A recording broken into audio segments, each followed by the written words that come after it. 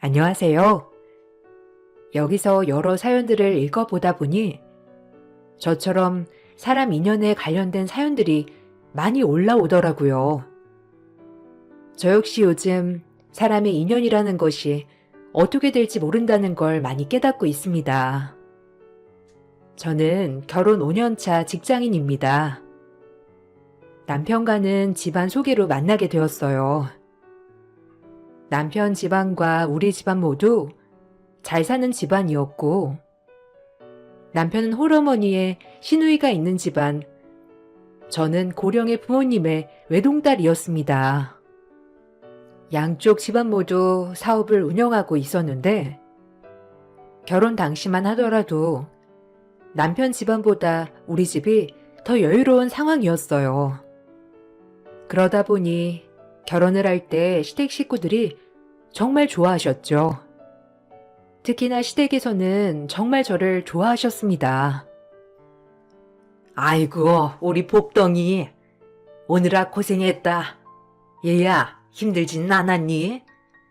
결혼 준비하면서 이것저것 신경 써야 할 것들도 많을 텐데 굳이 시간 내서 여기 오지 않아도 된단다. 나는 정말 너한테 너무 고마워. 사실 주변에도 홀시어머니라고 하면 다들 꺼리는 경우가 많은데 그런 거 하나도 신경 안 쓰고 시집 와주니 우린 너무 고맙지. 정말 고맙다, 유진아. 아유, 어머님, 그런 말씀 마세요. 상훈 씨도 그렇지만 저는 어머님도 너무 좋으신 분이셔서 결혼하는 건데요. 상훈 씨가 누굴 닮아서 이렇게 배려심이 많은지 궁금했는데 어머님 성격을 닮았나 봐요. 어머님 덕분에 상훈 씨 배려로 저도 너무 행복하게 잘 준비하고 있어요. 저희 쪽에서 어머님과 가족분들께 전날 예단 보낸다고 하시는데 혹시 준비해야 할 거 있다면 말씀해 주세요. 아니다. 어머니 아버지도 힘드실 텐데 이것저것 신경 쓰시려고 하면 너무 힘들어서 안 된다. 무리하시지 마시고 그냥 예단이나 예물 이런 거 생략해도 좋으니 너무 신경 쓰시지 말라고 전해드려라. 안 그래도 한번 만나 뵙고 이런저런 이야기를 할까 싶었는데 요즘 바쁘실까 싶어서 말씀을 못 드렸구나. 그러니 유진이 네가 가서 잘 말씀드리렴. 아니요, 어머님. 저도 외동딸이고 그래서 엄마가 더 많이 챙겨주고 싶다고 하시더라고요. 어머님 그렇게 말씀해 주셔서 감사해요. 어머님 쪽에서도 아마 오시는 하객분들 많으실 거라고 저희 부모님 쪽에서도 많으실 것 같아서 이것저것 생각하다 보면 잘 준비를 하는 게 나을 것 같다고 하더라고요. 엄마도 처음이자 마지막으로 시집 보내는 딸이라서 더 잘해주고 싶은 것 같아요. 결혼을 할 당시만 하더라도 시댁에서는 저를 너무나 귀하게 여겨주었습니다. 저희 쪽에서도 첫 결혼이고 자식이 하나밖에 없다 보니 할 수 있는 건 다 해주고 싶다고 생각을 하셨죠. 그래서 양가, 예단, 예물 모두 다 고급으로 준비를 했고 주변에서도 다들 부러워하는 성대한 결혼식을 올리게 되었습니다. 그렇게 결혼 2년 차까지는 정말 행복하게 지냈어요. 저와 결혼을 하고 남편도 계속해서 승진을 했고 시어머니 사업도 잘 풀려서 다들 제가 복덩이라고 했죠. 결혼을 하고 나서도 행복하게 잘 지냈지만 한 가지 걸리는 부분이라면 시누이였어요. 남편의 누나였던 시누는 직업도 없이 집안만 믿고 결혼을 꿈꾸고 있었죠. 매번 저를 볼 때마다 좋은 남자를 소개해달라고 하셨어요. 어머, 올케만 행복하게 결혼 생활하지 말고 나도 좀 느리게 좀 해줘봐. 주변에 다른 남자 없어? 올케는 나온 학교도 좋은 학교잖아. 학교에서 친하게 지냈던 남자 동창들은 없어? 올케가 이렇게 행복하게 잘 지내는 걸 보면 나도 좀 행복하게 지내고 싶은데. 올케가 어떻게 한번 알아봐. 저번에 소개를 해준 사람은 그래도 좀 낫더라. 그래도 내 타입은 아니야. 형님, 제가 이번만 해도 10번은 더 소개를 시켜드렸잖아요. 저번에 소개를 해준 사람도 제가 겨우겨우 부탁해서 소개팅 했는데 그때도 형님 마음에 안 든다면서 퇴짜 놓으셨잖아요. 그래 놓고서는 또 소개를 해달라고 하면 제가 할 말이 없네요. 저도 주변에 남자 인맥은 여기서 끝이에요. 그냥 다른 방법으로 만나보시는 건 어때요? 형님 직장도 다녀보시고 하면 많이 만날 수 있잖아요. 에이, 직장 다녀봤자 거기서 거긴 사람들만 만날 텐데 어떻게 해? 나 그렇게 눈 높은 사람은 아닌데 그래도 우리 집안 급이 있지. 어느 정도는 갖추고 있어야지.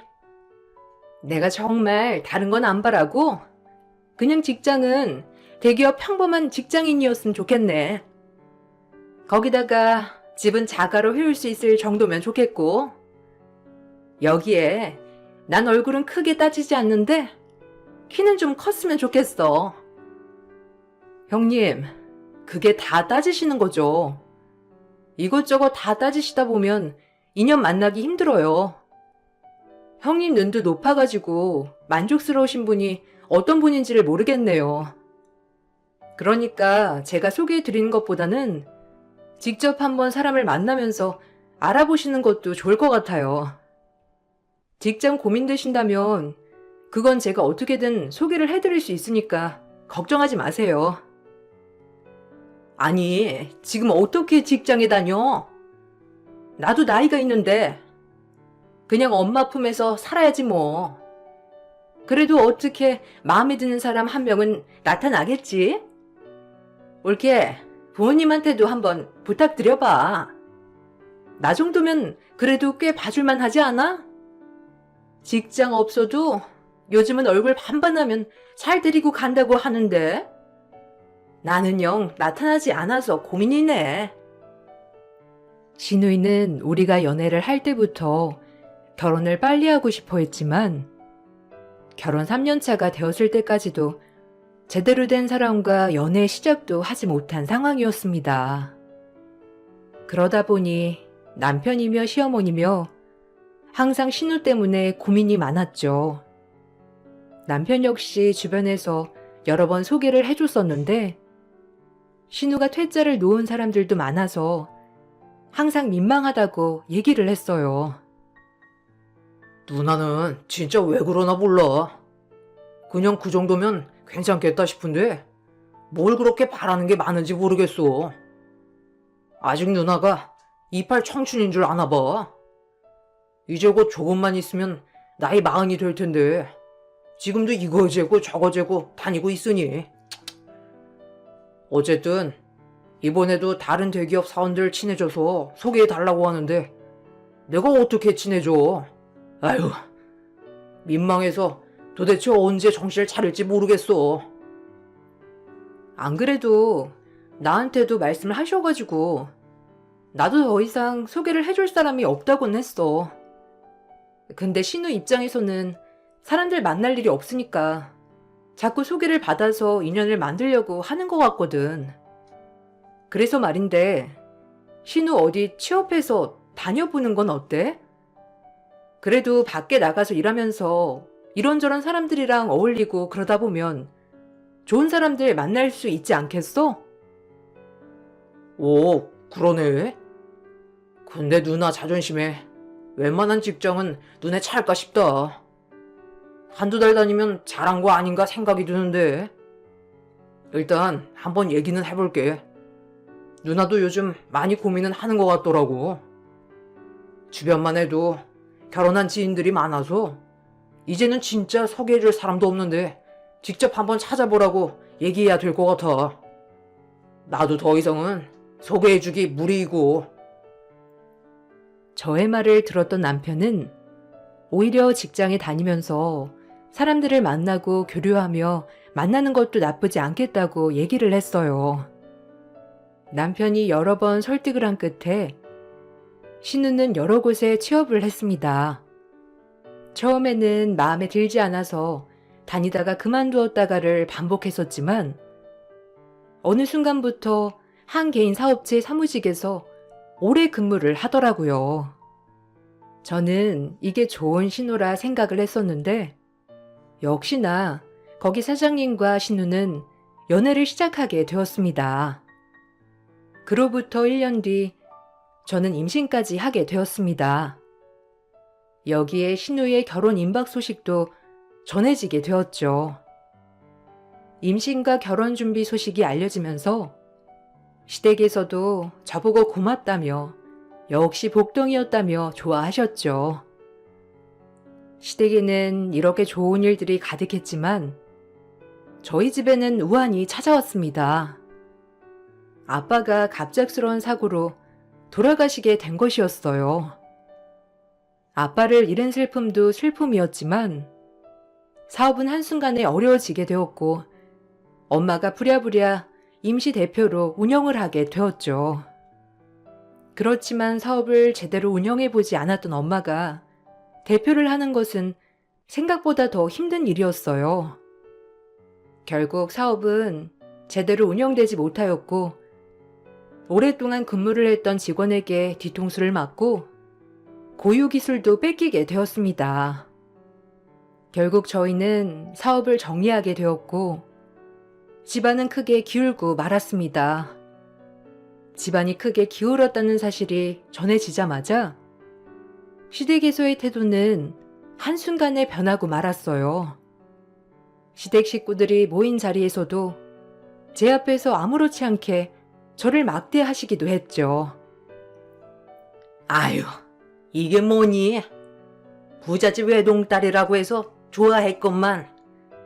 에휴, 이제는 이걸 내쫓을 수도 없고 어떻게 하겠어?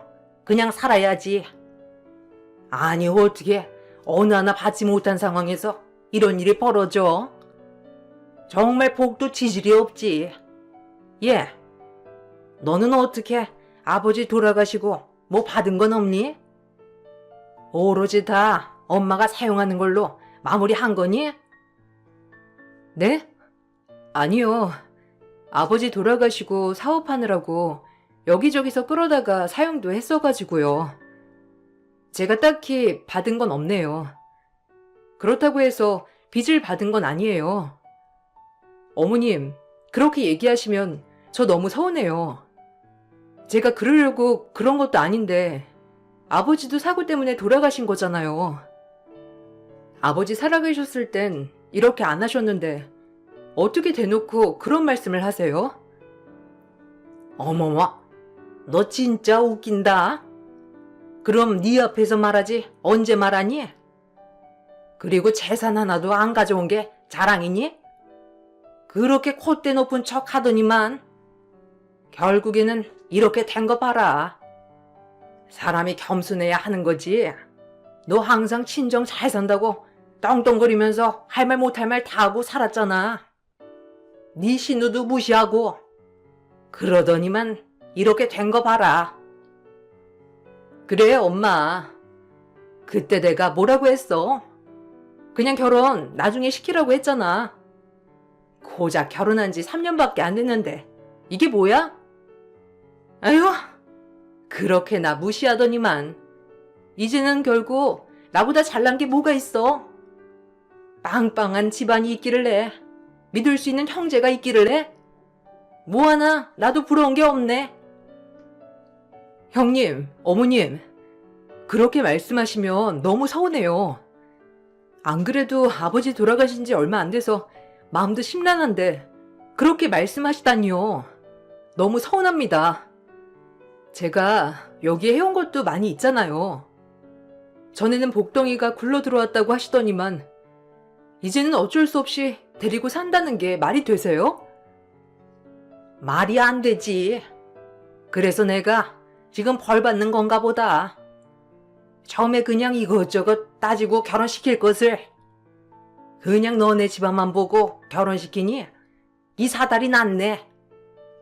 아휴, 너희 집이 잘 살지 않았으면 내가 왜 너를 받아주었겠니? 우리 아들은 대기업에 잘 나간 아들이고 우리 집도 어느 정도 빵빵한데. 솔직히 말하면 너보다 훨씬 예쁘고 잘난 며느리 충분히 들일 수 있었어. 그래, 맞아. 우리 상훈이가 얼마나 주변에서 남편 감으로 탐냈는데. 그렇게 따지면 우리도 서운하지. 그동안 나보고 집안 믿고 시집도 안 간다면서 뭐라고 할 땐 언제고? 너도 아빠 배경 없이 살 수 있어야 하는 거 아니야? 시모와 신우의 말에 저는 너무 황당하고 상처도 많이 받았지만 무엇보다 더 상처가 되었던 건 남편의 태도였어요. 남편은 바로 앞에서 시모와 신우가 저에게 뭐라고 하던지 신경도 쓰지 않았죠. 그래서 돌아오는 길에 서운함을 표현했더니 남편은 오히려 저를 나무랐습니다. 당신 아무리 화가 나도 그렇지 엄마랑 누나 앞에서 그게 뭐하는 말버릇이야? 어디서 건방지게 하늘 같은 시어머니랑 시누이한테 대드는 거야? 당신 집안 교육 제대로 안 받았어? 들린 소리 한 것도 아닌데 거기다 대고 많이 틀리니 하고 있는 게 얼마나 교양 없고 저급해 보이는 줄 알아? 아니, 많은 사람들이 똑같은 얘기를 하고 있으면 그럼 당신을 다시 되돌아봐야지. 왜 다른 사람을 탓해? 아무리 그래도 아빠 살아계셨을 때랑 너무 다르시잖아. 그때는 뭐만 해도 잘한다, 복덩이가 들어왔다 하시더니만 요즘은 매번 시댁에 가도 구박만 하지 뭐라고 칭찬해 주는 것도 없고. 거기다가 당신은 그 바로 앞에서 와이프가 한 소리 듣고 있는데도 그걸 그냥 다 듣고서도 아무런 반응도 안 하는 게 얼마나 서운한지 알기나 해? 옆에서 그걸 다 듣고서도 아무 말 안 하는 당신이 더 미워. 그래서 어쩔 건데? 그럼 이혼이라도 할래? 아니잖아. 가진 거 칫불도 없는 주제에 지금 이혼하면 당장 어디서 뭘 하면서 살 건데? 제발 주제를 알고 조용히 붙어 있어. 임신도 해놓고 일은 할 수나 있을 것 같아? 지금처럼 조용히 붙어 있으면 다른 건 몰라도 지금 생활하는 거 그대로 유지는 할 수 있으니까. 갑자기 달라진 시댁 식구들의 태도에 저는 너무나 황당하고 어이도 없었습니다. 그동안 저를 이뻐했던 것이 저 자체가 아니라 집안이라는 생각을 하니 정말 내가 결혼을 잘한 것 맞나 생각이 들더라고요. 그동안 결혼을 준비하고 결혼식을 하고 결혼 생활을 하면서 주변 사람들에게 부러움을 샀던 내가 정말로 행복은 했던 것일까 생각을 하게 되었습니다. 저의 상황과는 별개로 신우는 연애를 하던 사장과 결혼을 준비한다고 얘기를 했습니다. 신우 남자친구의 집안 역시 잘 사는 집안인 듯 했어요. 어느 날 신우는 예비 시부의 취임식이 있다면서 온 가족이 거기 초대를 받았다고 전해왔습니다. 이번에 아버님 대표직 취임식이 있는데 그 자리에 우리 가족이 초대를 받았어. 아무래도 이제 곧 결혼할 거라고 주변에 알리려고 하는 것 같아. 그러니 이번에 갈 때 좀 제대로 챙겨 입고 가야 할 것 같아. 이렇게 아버님 대표직으로 취임하면서 아무래도 남자친구 사업에도 좀 도움을 주지 않을까 싶은데 엄마 생각은 어때? 아마 그러시겠지? 그래서 우리도 오라고 하시는 거 아니겠어? 다들 깔끔하게 차려입고 가야 한다. 우리도 격식 좀 챙기고 준비해서 가자. 처음으로 가족끼리 다 만나는 자리인데 그래도 잘 보여야 되지 않겠어? 그냥 빈손으로 가는 것보다 좀 부담 안 되게 선물도 준비를 하면 될 것 같구나. 시부모님 어떤 거 좋아하시는지 한번 알아보렴. 에이, 시부모님은 그런 거 별로 좋아하시진 않으신 것 같더라고. 내가 몇 번 만났는데 좀 수수한 그런 집안인 것 같더라고.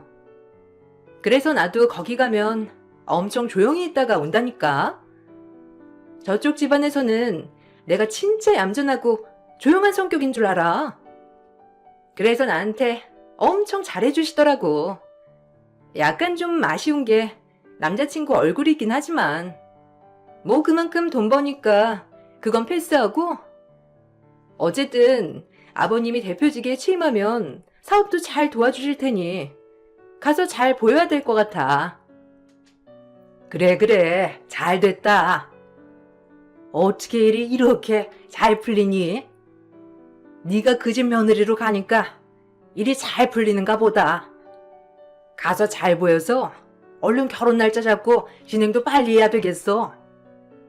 결혼은 한다고 해놓고서는 일정이 바빠서 결혼 날짜도 아직도 못 잡았잖니. 어쨌든 이번에 가면 결혼 날짜도 얼른 잡는 게 낫겠다. 그리고 너는 그날 그냥 밥만 먹고 가렴.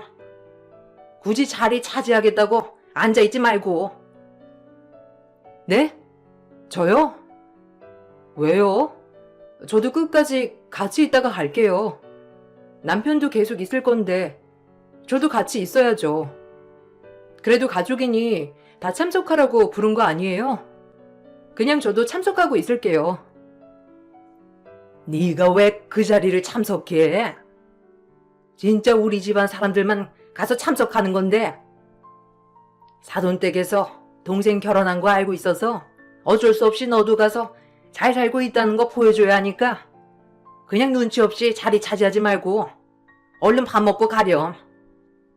가서 쓸데없는 말 얹으려고 하지 말고 어차피 너는 배도 불러왔으니까 힘들어서 집에 갔다고 할 테니까 대충 밥만 먹고 빠져. 엄마, 그런 거 걱정하지 마. 얘 기가 막히게 눈치는 빨라서 말 안 해도 잘할 거야. 아무튼 나중에 누나랑 결혼하면 매형되는 거지? 나중에 그럼 나도 챙겨주는 거 아니겠어? 나도 가서 잘 보여야지.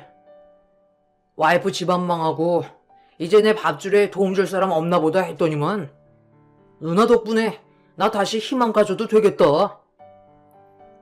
시댁 식구들의 대화에 저는 진절머리가 났습니다. 황당하면서도 어이가 없기도 했지만 이런 실체를 꽁꽁 숨기고 순진한 사람들을 속여 결혼을 하는 것 같아 소름이 끼치고 무섭기도 했어요. 그렇지만 얼굴도 누군지도 모르는 사람들에게 무작정 이야기를 할 수도 없었죠. 그렇게 대표직 취임식이 다가오게 되었습니다. 남편은 이미 시모와 시누이를 모시고 취임식에 먼저 간다며 나가버렸고 저보고 선물을 사들고 오라고 하더라고요. 저는 어떤 선물을 해야 하나 고민을 하다가 화분을 사가지고 갔습니다. 만삭의 몸으로 이것저것 바리바리 싸들고 가면서 이렇게까지 가야 하나 싶은 생각도 들었죠. 화분을 들고 가보니 신나는 분위기에서 취임사가 전해지고 있었고 한쪽의 시댁 식구들이 자리를 하고 있었습니다. 저는 조용히 남편이 있는 자리로 가서 선물을 전해주었죠. 남편은 선물을 보자마자 화를 내면서 제 뺨을 내려쳤어요. 이게 진짜 말귀를 못 알아먹어도 이렇게 못 알아먹나? 너 우리 집안 장피 주려고 일부러 그러는 거지? 도대체 침식에 고작 화분을 가지고 오는 사람이 어디 있어? 센스 있게 화환으로 준비해야지. 정말 할 줄 아는 게 뭐가 있냐? 내가 화분 사오라고 했어? 모르면 좀 물어라도 보던지. 어떻게 이렇게 정신없는 생각을 할 수 있지? 아이고, 그럴 줄 알았다. 말기 하나 못 알아 쳐들어 어디다 쓰겠니? 예, 됐다. 그냥 너 몸 아프다고 할 테니까 그냥 나가서 집에 가. 이게 도대체 창피하게 뭐 하는 짓이야? 혹여라도 사돈댁에서 볼까봐 민망하다. 아니, 다른 것도 아니고 사돈댁 침식에 고작 화분이라니? 가난하다고 티내는 거니? 아주 그냥 집안 망하더니만 센스까지 망했네 진짜로. 아유, 진짜 내가 답답해서 못 살겠네. 너 때문에 이게 뭐야? 다른 사람들 다 쳐다보잖아. 오면서 입구에서 안 봤어? 다들 화환 보내온 거 못 봤냐고. 이런 화분은 작은 가게 오픈할 때나 놓는 거지. 사업체 대표직으로 취임하는 건데 고작 이걸로 뭐 이목이나 집중이 되겠냐고. 하여튼 간에 뭘 제대로 하는 일이 하나도 없어 정말. 진짜 당신 그냥 집에 가. 당신 얼굴 보면 화가 치밀어 오를 것 같다. 너무나 화가 나서 소리를 치려던 그 순간 시끌벅적했던 행사장이 고요해지면서 웅성웅성 소리가 들리기 시작했습니다. 무슨 일인가 하고 쳐다보니 사돈어른이 취임사를 끊고 저희 쪽으로 오고 있었죠. 당황해 쳐다보고 있으니 어디선가 낯익은 얼굴과 목소리로 저를 반가워하더라고요. 자세히 얼굴을 보니까 저는 깜짝 놀라지 않을 수 없었습니다. 20여 년 전 아빠의 사업체에서 근무를 했었던 아저씨였던 것입니다. 사업 초기부터 10년 동안 근무를 하시다가 돌연 그만두시고 사라지셨던 분이셨어요. 아빠가 정말 아끼고 좋아하셨는데 가족들과 떨어져서 지내는 것을 부모님께서 안타깝게 여겨 매번 챙겨주고 집 한쪽 방을 내어주기도 했었죠. 종종 저와도 놀아주셨기 때문에 얼굴이 기억에 남았습니다. 사돈어른은 저를 보면서 정말 너무나 반가워했어요. 그때 김 사장님 딸 맞지? 아니 엄청 꼬마였는데 벌써 이렇게 수녀가 되었네. 정말 반갑다. 어떻게 지냈니? 아니 그건 그렇고 왜 여기서 이러고 있어? 아까 보니까 무슨 일이 있는 것 같은데 심각한 일이야? 내가 너 문에서 들어오는 거 보고 나는 김 사장님이 들어온 줄 알았다니까. 어쩜 이렇게 쏙 빼닮아서. 아무튼 사돈께서 같이 있으신 거 보니까 유진이 네가 여기 며느리니? 아저씨, 어떻게 이렇게 만나요? 아저씨도 하나도 안 변하셨네요. 그대로세요. 여기는 저희 남편이고 사실 아저씨 아들이 만나고 있는 사람이 제 시누이예요. 남편이 화환을 준비하라고 부탁했는데 제가 소통이 안 됐는지 화분을 사와버렸네요. 대표직 취임하시는 거 정말 축하드려요. 이런 곳에는 화환을 보내드리는 게 맞는데 제가 제대로 생각을 못했어요. 아 무슨? 화환은 꼭 보내지 않아도 되고 거기다가 나는 화분을 더 좋아한단다. 내 사무실에 놓고 잘 가꿔야 되겠구나. 그런데 고작 이것 때문에 지금 이 난리를 피운 거라고? 사돈 양반, 아무리 그래도 아내한테 그렇게 하는 건 너무한 거 아닌가요? 저도 저쪽에서 보고 깜짝 놀랐는데 남편이라고 하니 더욱더 놀랍네요. 평소에도 이렇게 하셨나요? 아버님 아니에요. 무슨 오해가 있으신 것 같은데 그런 거 아니니 걱정하지 마세요. 저희 동생이랑 올케가 아침에 좀 다퉈서 그래서 그런 거예요. 일단 취임식 진행하고 있으니 이렇게 계시지 마시고 일단 행사 진행 먼저 하세요. 저희 올케가 임신을 해가지고 몸 상태가 별로라 저희도 챙겨서 가봐야 할 것 같아요. 아니 홀몬도 아니네를. 우선 얘기는 나중에 다시 하자꾸나. 사돈, 이번 이야기는 다음에 한번 다시 자리를 마련해서 해보도록 하죠. 유진아, 잠깐만 있어 볼래? 우리 기사가 집까지 모셔다 줄 거다.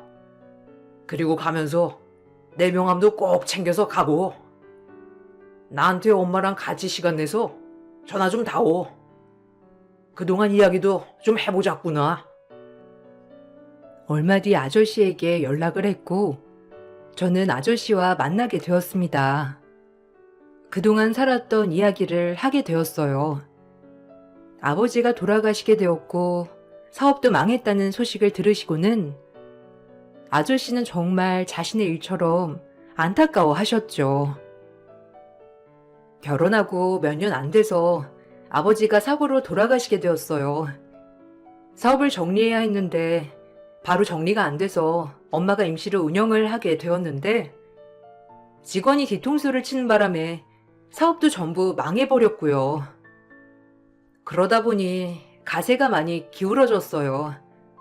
아마 시댁에서는 제가 부잣집 외동딸인 줄 알고 정말 좋아했는데 집안이 망하고 나니까 그때부터 저를 미워하고 싫어했던 것 같아요. 아유, 그렇구나. 나는 몇 번 사돈을 만났는데 전혀 그런 집안이라고는 생각조차 못했다. 특히나 사돈도 자식들 어릴 때 남편이 돌아가셨잖니. 정말 어렵게 살다가 사업하면서 잘 사시게 된 거라 이해를 더 많이 했을 것 같았는데 전혀 아니구나. 그런 모습이 전혀 없어서 몰랐는데 유진이 아니었다면 평생 모르고 속고 결혼시킬 뻔했구나. 어쨌든 그때 행사를 망치게 한 것 같아서 죄송했어요. 그래도 이렇게 만나뵈니 정말 반갑네요. 그때 따로 살고 계시다고 했던 가족 중에 아드님이 있었나 봐요. 그때 같이 봤으면 정말 지금 만났을 때 바로 알아차렸을 텐데. 신우가 몇 번 남자친구 사진을 보여줬었는데 전혀 몰랐어요. 아저씨 아드님인 줄.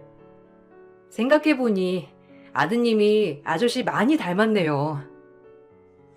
그렇지. 다 너희 아빠 덕분이다. 나한테 진짜 친동생처럼 살뜰하게 챙겨주셨지. 가족이랑 멀리 떨어져서 산다고 집에도 들어와 살게 해주고 월급 그대로 모을 수 있게 해주셨어. 절마다 좋은 음식들 싸서 가족들한테도 보내주고. 그때 너희 아빠 없었다면 나는 여기저기 떠돌면서 어렵게 살았을 거야. 거기서 배운 기술로 가족들이 살고 있는 곳으로 가서 취업도 하고 결국 이렇게 사업도 잘 되고 있잖니. 그게 다 너희 아빠 덕분이지. 그런데 돌아가셨다니 정말 마음이 슬프고 안타깝구나. 아빠도 아저씨 만나셨으면 정말 좋아하셨을 거예요. 아저씨 그만두시고 난 후에도 계속 아저씨만 한 사람 없다면서 얘기하셨거든요. 엄마가 아저씨 만났다는 얘기 듣고 정말 좋아하셨어요. 언제 한번 시간 내서 식사 자리 마련해 볼게요. 엄마도 정말 아저씨 좋으신 분이라고 매번 말씀하셨거든요. 저희 아빠도 아저씨가 좋으신 분이라고 생각하셔서 잘해주셨을 거예요. 아유, 그때의 은혜를 지금 보답해야 하겠구나. 일단 어머님이랑 유진이랑 같이 살 수 있는 집이 있는데 거기로 이사 오는 건 어떠니? 저번에 상황 보니까 더 이상 남편이랑 사는 것도 답이 아닌 것 같은데 이혼 준비도 한다면 내가 변호사도 알아봐 줄 수 있다. 일단 상담을 먼저 받아보고 어떻게 준비를 할지 알아보는 것도 좋을 것 같구나. 아저씨께서는 엄마와 제가 살 수 있는 조그만 집을 구해주셨습니다. 원래 별장으로 쓰려고 했던 곳인데 그곳에서 지내라며 배려를 해주셨죠. 거기다가 이혼 준비로 변호사도 붙여주셨어요. 저는 아저씨의 도움으로 이혼을 준비했습니다. 당연히 이혼을 하는데 증거는 넘쳐났어요. 그동안 시댁 식구들이 저에게 보낸 문자와 통화 녹음만으로도 부당 대우가 입증될 수 있었거든요. 그렇게 저는 이혼을 준비했고 신우에게는 파혼 통보가 전해졌습니다. 역시나 얼마 후 시모는 저에게 전화를 해 싹싹 빌었죠. 아이고, 유진아. 네 시누이가 밥 한 돌도 안 먹고 머리 싸매고 누워있다. 이게 무슨 일이라니? 저쪽에서 결혼할 수 없다고 했다는데 정말 이게 무슨 일인지 모르겠구나. 혹시나 그때 일 때문에 그런 거라면 정말 미안하다. 내가 정말 잘못했으니 네가 좀 나서서 결혼 안 하겠다고 하는 것 돌려봐 줄 수 없니? 이러다가 네 신우 다 죽게 생겼다. 그 정도로 사람 안 죽어요. 그리고 어쩐 일로 저한테 다 전화하셨어요? 저보고 쓸모없고 할 줄 아는 것도 없다고 막말하실 땐 언제고. 이렇게 전화로 부탁까지 하시니 제가 참 당황스럽네요. 사람이 참 간사한 게 자기 입맛에 맞게 사람을 대하더라고요. 언제는 누구보다 귀한 사람인 척 대하더니 필요성이 떨어지니까 짐짝만큼도 못하게 대하셨잖아요. 그런 사람이 다시 자기를 필요하니까 이렇게 부탁하는 겁니까? 참 간사하네요. 간사한다고 뭐라 해도 상관없고 네가 나한테 욕해도 다 받아줄게. 그러니 가족 좋다는 게 뭐니? 신우이가 좀 좋은 곳에 시집을 가면 너도 편하고 나도 편하고 신우이도 편하지 않겠어?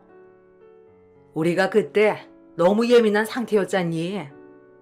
과거는 싹 잊고 우리 새로 다시 시작하자꾸나. 내가 그때 그랬던 건 너무나 갑작스러운 상황에 당황스럽고 그래서 그런 거야. 이해하지? 내가 너무 미안하고 잘못했으니 용서해 주렴. 가족이요? 개뿔이 가족이네. 이런 게 가족이었으면 당신네랑 이렇게 인연도 만들지 않았을 겁니다. 그리고 우리는 이제 가족 아니에요. 이미 이혼 청구했고 숙려기간 다 끝났습니다. 이젠 남이라고요. 어머님, 아니 당신이랑은 이제 이렇게 말을 섞을 필요도 없는 사이라고요. 아시겠어요? 그 잘난 집안 어디 한번 잘 해결해 보세요. 아이고, 유진아. 그런 게 어디 있니? 우리가 너한테 얼마나 잘해줬는데 그때 잠깐 그런 거 가지고 이혼이라니? 다시 한번 생각을 해다오. 내가 다 잘못했단다. 우리 아들도 너한테 한 거 다 잘못했다고 생각하고 있어. 우리 다시 잘 시작을 해보자꾸나. 그동안 마음 상하게 한 게 있다면 내가 용서를 빌게. 그러니 이렇게 냉정하게 하지 말고 뱃속의 아이를 봐서라도 한 번만 더 생각해 보렴. 제 생각은 변함이 없습니다. 이미 여러 번의 기회를 드렸고 여러 번 참아드렸잖아요. 뱃속의 아이를 보니 더 당신네 집안과는 함께해서는 안 된다는 걸 확신이 드네요. 당신이었으면 당신 같은 집안에 딸 시집 보내겠어요? 아니죠? 그러니까 왜 그랬어? 우리 집 깡그리 무시하더니만 필요할 때가 되니까 또 이렇게 빌어? 당신네들은 이렇게 빌 자격조차 없어. 신우이는 결국 파혼을 하게 되었고 동시에 직장도 잃게 되었습니다. 저 역시 남편과 이혼을 했고 위자료로 3천만 원을 받게 되었죠. 남편은 폭행에 대한 보상에 대해서는 인정할 수 없다고 했지만 취임식 당시 남아있던 내부 영상 자료로 확실하게 남편의 폭행을 입증할 수 있었어요. 남편은 자신의 상황이 불리하자 위자료 좀 낮춰달라며 연락이 오기도 했습니다. 당신 내 사정 잘 알잖아. 이렇게 위자료 많이 청구해버리면 내가 이거 감당 못해. 그냥 당장 1,000만 원 현금으로 줄 테니까 합의하고 위자료는 낮춰서 청구하자. 이 정도 청구하면 내가 가지고 있는 거 다 가지고 가도 지금은 안 돼. 지금 당장 줄 수 있는 것도 없고 거기다가 지금 엄마네 상황도 좋지 않은데 제발 좀 봐줘라. 왜? 그때는 그렇게 무시했으면서 그거 다 자신 있으니까 그런 거 아니었어? 사람들이 그렇게 많은 곳에서도 당당하게 내 뺨 때려놓고서는 이제 와서 돈 주려고 하니 겁나니? 영상은 이미 있고 당신이 나 때렸다는 거 본 사람도 수십 명이야. 고작 몇 천만 원으로 내가 그때 당했던 모욕이 사라질 거라고 생각하는 게 웃기네. 마음 같아서는 당신한테 몇 억이고 청구하고 싶거든. 아니, 내가 때려봤자 얼마나 세게 때렸다고 그래. 그냥 톡 한 번 친 거 가지고 왜 그렇게 호들갑이야? 당신, 내가 잘못했어. 그래, 이혼은 해줄 테니까 위자료만 조금 낮춰줘. 지금 이렇게 큰돈 나가버리면 나중에 우리는 어떻게 살라고 그래? 엄마 사업도 잘 안 되고 누나는 거기다가 실직했는데 내가 지금 가족들 먹여 살려야 하는 판국에 이렇게까지 해야 되겠어? 그래, 당신은 그렇게 뻔뻔했지. 얼마나 잘난 집안이길래 나를 이렇게 무시하나 싶었는데 가진 게 없으니까 그런 발광도 할 수 있는 거구나 싶네. 난 위자료 낮출 생각 전혀 없어. 당신 얘기 들어보니 내가 너무 봐줬단 생각이 드네. 정신적 피해 보상도 모두 청구하고 당신네 시댁 식구들한테도 피해 보상 청구할 테니 그렇게 알아. 남편뿐만 아니라 이혼 사유의 제3자였던 신우와 시모까지 포함해 청구를 진행하였고 위자료 1,000만 원씩을 더 받을 수 있었어요. 저는 원래 다니고 있던 회사는 그만두면서 아저씨의 회사로 이직을 하게 되었어요. 아저씨의 배려 덕분에 엄마와 저는 좋은 집에서 새로운 삶을 시작하게 되었습니다. 아저씨는 오래전 아빠와 엄마의 배려로 좋은 기억으로 편안하게 살 수 있었고 그렇게 배운 기술 덕분에 지금의 생활을 누릴 수 있었다면서 항상 저희에게 감사하다고 얘기를 하고 있어요. 저 역시 사람 인연으로 위기에서 벗어나 편안하게 생활을 하게 되었네요. 사람 인연이라는 게 어디서 어떻게 다시 시작이 될지 모르니 항상 사람들에게 친절하게 해야 하는 게 맞는 것 같습니다. 지금의 환경이 좋지 않다고 해서 무시를 해서도 안 되는 것 같아요. 저희 긴 사연을 들어주신 분들께 정말 감사드립니다. 앞으로 더 열심히 잘 살아보려고요. 여러분들도 행복하시길 바랄게요.